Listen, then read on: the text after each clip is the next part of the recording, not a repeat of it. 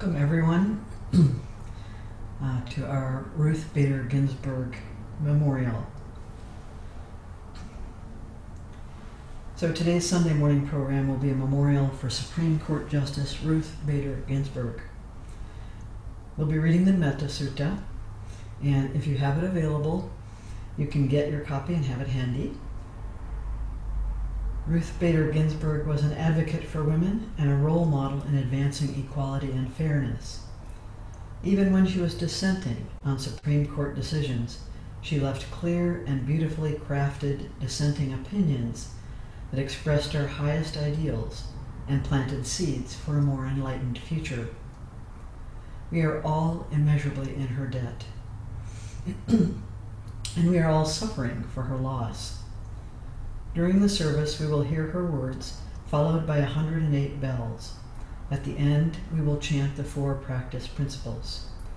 Then afterwards, we'll ask you to unmute yourselves, and we will host some breakout sessions so that you can connect and share with a few Sangha members.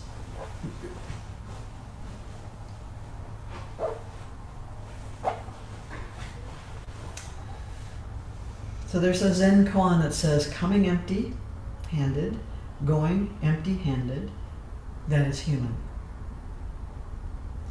When you are born, where do you come from? When you die, where do you go? Life is like a floating cloud which appears. Death is like a floating cloud which disappears.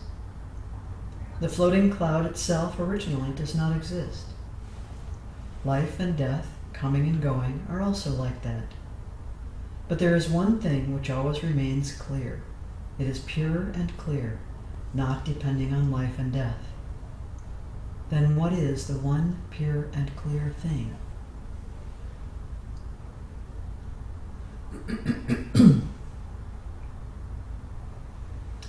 Ruth Bader Ginsburg, we have gathered here this morning to mourn your death. As surely as we are born into this world, we leave it. It is the way with everything. Returning to the source of truth, you have finished this life. The great mystery we all face is no mystery to you now. You are already well on your way. You have gone before us, maybe by a few years, a few weeks, or a few days.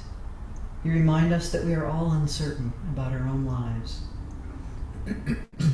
In the hope of benefiting your great spirit as you make this transition, we invoke your presence with a few moments of silence.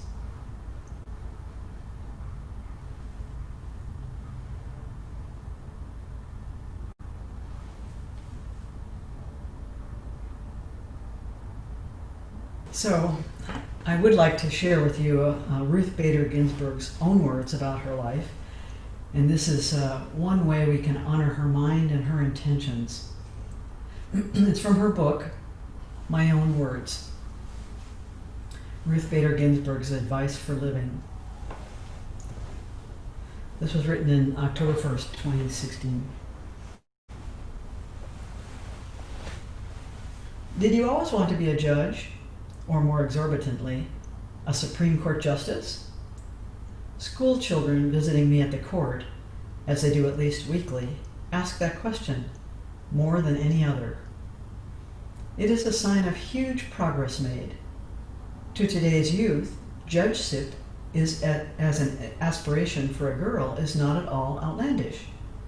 Contrast the ancient days, the fall of 1956, when I entered law school. Women accounted for less than 3% of the legal profession in the United States, and only one woman had ever served on a federal appellate court. Today, about half the nation's law students and more than 1/3 of our federal judges are women, including 3 of the justices seated on the United States Supreme Court bench. Women hold more than 30% of law school deanships in the United States and serve as general counsel to 24% of Fortune 500 companies. In my long life, I have seen great changes. How fortunate I was to be alive and a lawyer when, for the first time in United States history, it became possible to urge, successfully, before legislatures and courts, the equal citizenship stature of women and men as a fundamental constitutional principle. Feminists, caring men among them, had sought just that for generations. Until the late 1960s, however, society was not prepared to heed their plea. What enabled me to take part in the effort to free our daughters and sons to achieve whatever their talents equipped them to accomplish, with no artificial barriers blocking their way. First, a mother who, by her example, made reading a delight and counseled me constantly to be independent, able to fend for myself, whatever fortune might have in store for me. Second, teachers who influenced or encouraged me in my growing up years. At Cornell University, my professor of European literature, Vladimir Nabokov, changed the way I read and the way I write. Words could paint pictures. I learned from him. Choosing the right word and the right word order, he illustrated, could make an enormous difference in conveying an image or an idea. At Columbia Law School, my professor of constitutional law and federal courts, Gerald Gunther, was determined to place me in a federal court clerkship, despite what was then viewed as a grave impediment.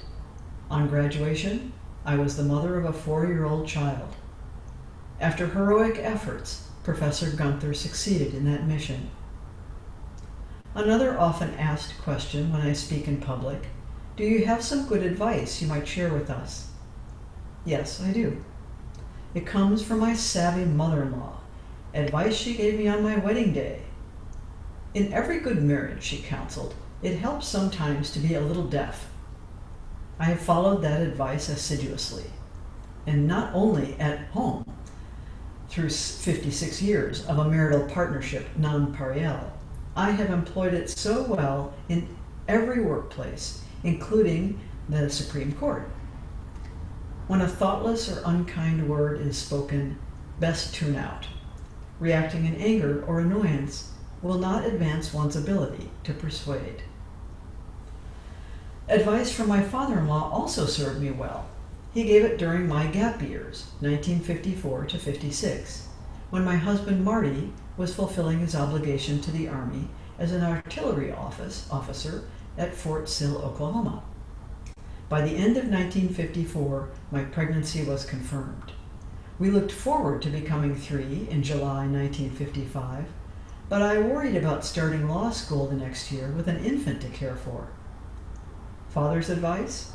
Ruth, if you don't want to start law school, you have a good reason to resist the undertaking. No one will think the less of you if you make that choice. But if you really want to study law, you will stop worrying and find a way to manage child and school.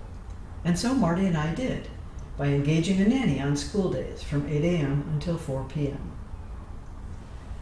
Work-life balance was a term not yet coined in the years my children were young. It is aptly descriptive of the time distribution I experienced. My success in law school, I have no doubt, was in large measure because of baby Jane. I attended classes and studied diligently until 4 in the afternoon. The next hours were Jane's time, spent at the park, playing silly games or singing funny songs, reading picture books and A.A. Milne poems, and bathing and feeding her. After Jane's bedtime, I returned to the law books with renewed will.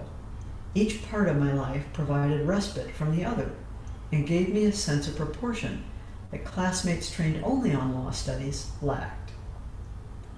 I have had more than a little bit of luck in life, but nothing equals in magnitude my marriage to Martin D. Ginsburg.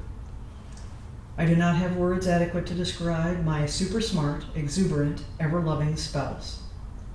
Early on in our marriage, it became clear to him that cooking was not my strong suit. To the eternal appreciation of our food-loving children, we became 4 in 1965 when our son James was born.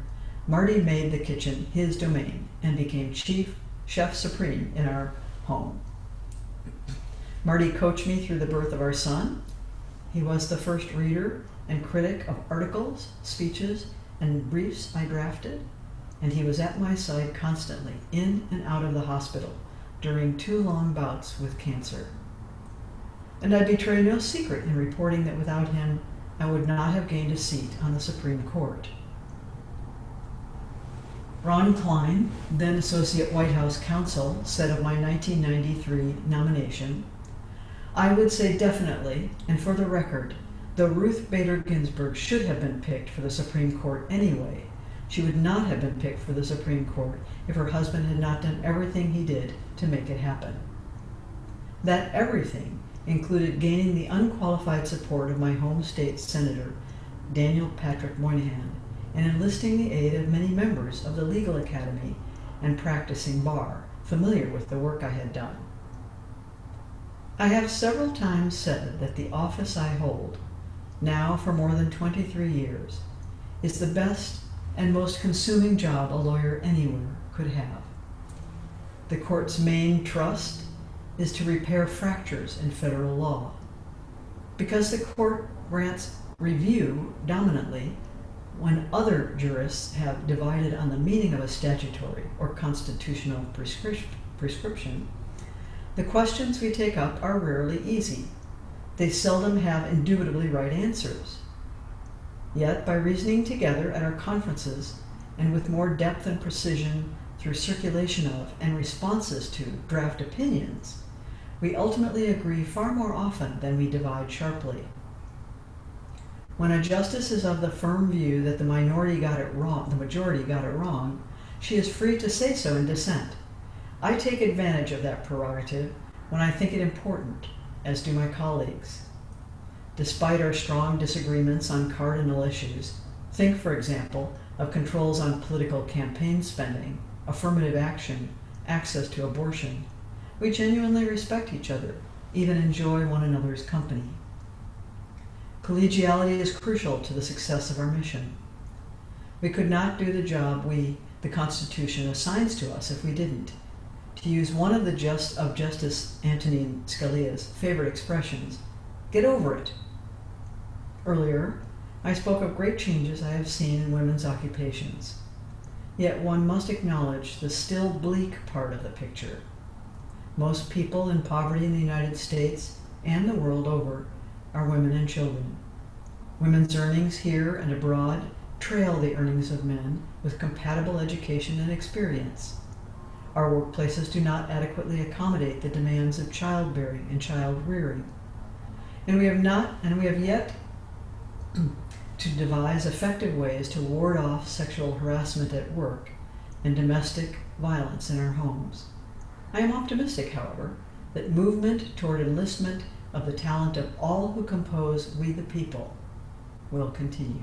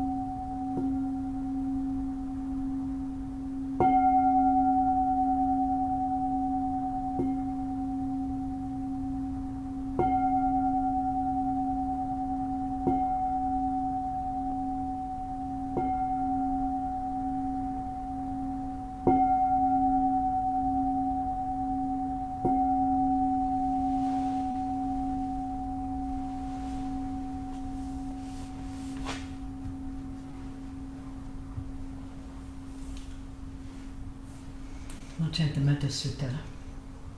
Metta Sutta.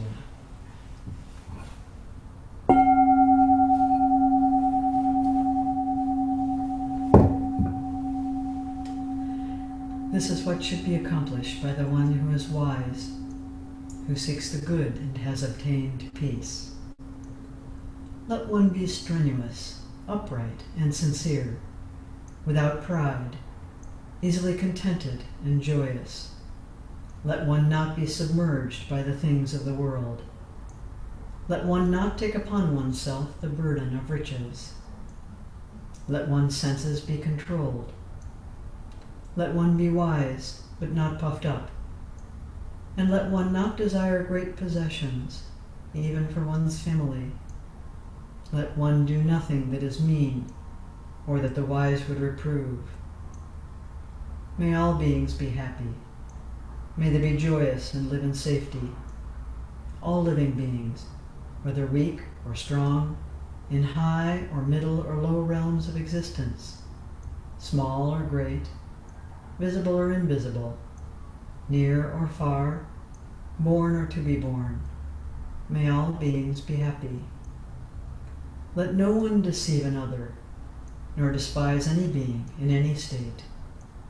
Let none by anger or hatred wish harm to another. Even as a mother, at the risk of her life, watches over and protects her only child, so with a boundless mind should one cherish all living things, suffusing love over the entire world, above, below, and all around without limit. So let one cultivate an infinite goodwill toward the whole world. Standing or walking, sitting or lying down, during all one's waking hours, let one practice the way with gratitude, not holding to fixed views, endowed with insight, freed from sense appetites. One who achieves the way will be freed from the duality of birth and death.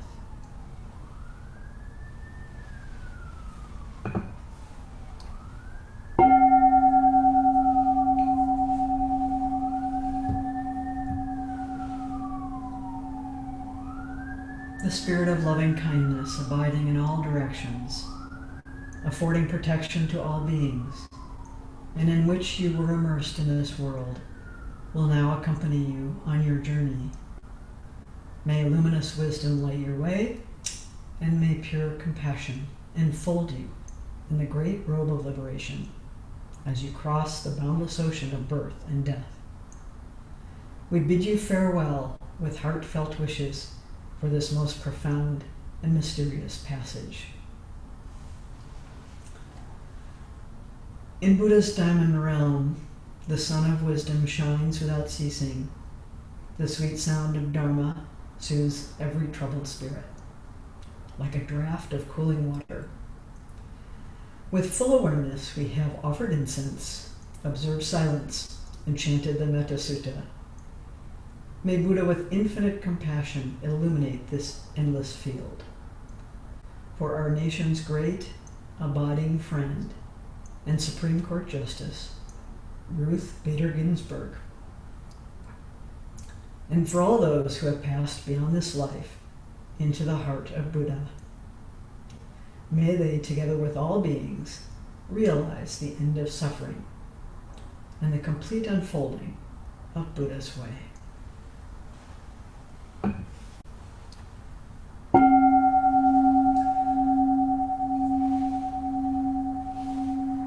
Caught in the self-centered dream, only suffering. Holding to self-centered thoughts, exactly the dream. Each moment, life as it is, the only teacher, being just this moment, compassion's way.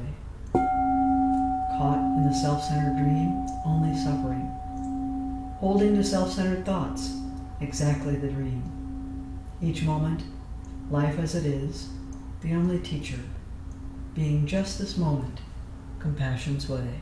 Caught in the self-centered dream, only suffering.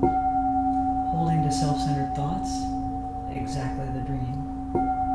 Each moment, life as it is, the only teacher, being just this moment, compassion's way.